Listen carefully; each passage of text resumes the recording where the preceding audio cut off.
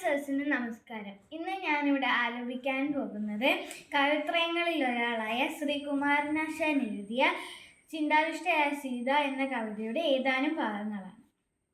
സുധർമാമുനിയോടയോധ്യയിൽ ഗതരായോരള വന്നൊരന്തിയിൽ അതിചിന്ത വഹിച്ചു സീത പോയി സ്ഥിതി ചെയ്താളുടെ ജാന്താവാടിയിൽ.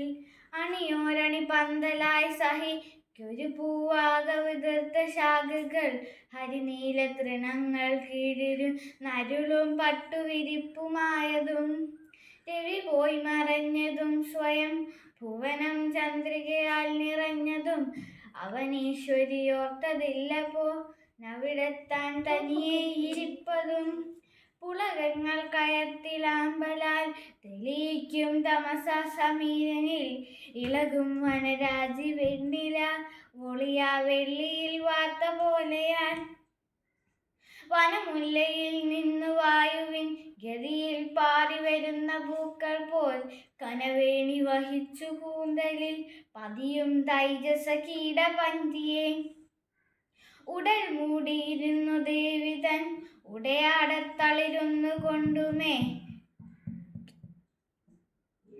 വിടവങ്ങളൊത്ത കൈകൾ തൻ തുടമേൽ വെച്ചുമിരുന്നു സുന്ദരി.